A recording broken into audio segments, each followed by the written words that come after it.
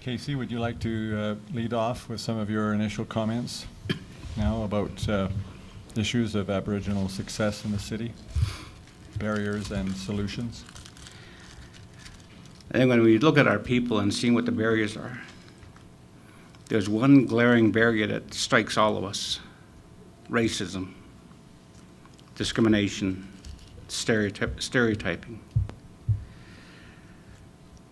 People failing to understand who we truly are, failing to understand that we are human beings, that historically people don't understand the plight our people have gone through: colonization, cultural genocide, oppressive and restrictive policies that have afflicted our people that keeps them from being successful.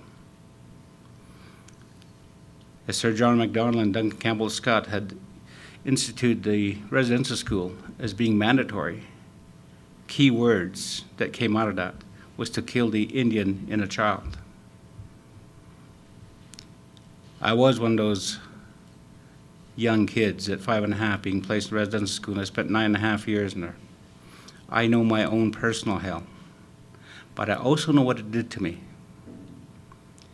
Never feeling that we were worthy of anything. And that really afflicts our people nationwide, that they really do feel that they are unworthy of the good things in life because of what has happened to us. It's not an issue that we can say just deal with it and get over with it. No, it's a process. It'll take generations before that really dissipates itself. But it's to create an understanding between all peoples, regardless of which cultural grouping they come from. If we are going to address these issues that you've been going around the tables for, is to address it from a state of being a human being. That's what we all are. There are no black, red, or yellow people in this room. We all have different cultural groupings that we come from. And when we can accept that you're not white, and I'm not red, and you're not black, and he's not yellow, that we are human beings who are looking for a place in the world to put us into a state of well-being just for a moment. After all, the gift of life is but a mere speck of light for a brief moment in time. We understand that.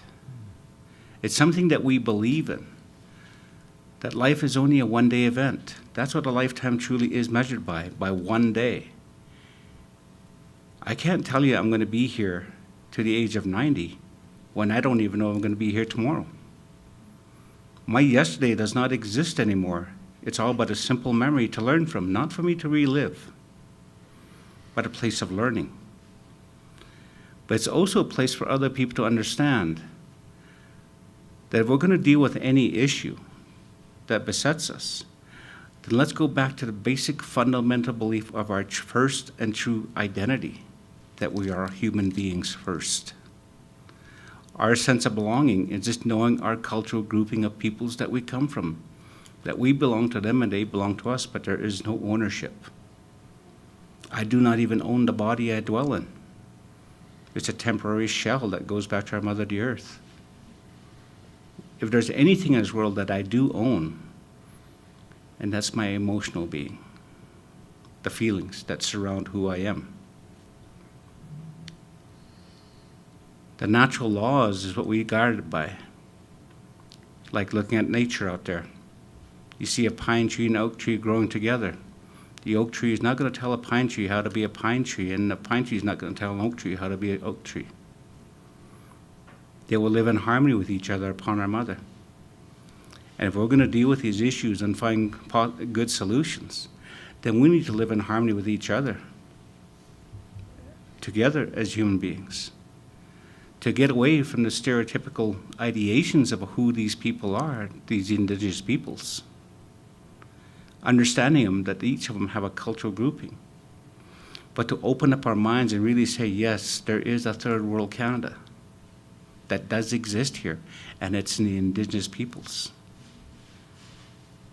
We look at the mental wellness as we educate a lady friend of ours He said mental health doesn't fit well when it doesn't, the word health doesn't even fit. It's about being in a state of well-being, state of wellness, so mental wellness. When we can take a look at something like that and realize the vast spectrum of the issues that come out of that, addictions, suicide, poor health, poverty, you really start opening up a scope, open up a lens to what's really happening. You know, it's sad to know that here in Canada, that our people rate #1 in the world in suicide in the Indigenous population. That 1 out of every 4 suicides today will be an Indigenous person out of Canada. When you're talking about billions and billions of people in the world.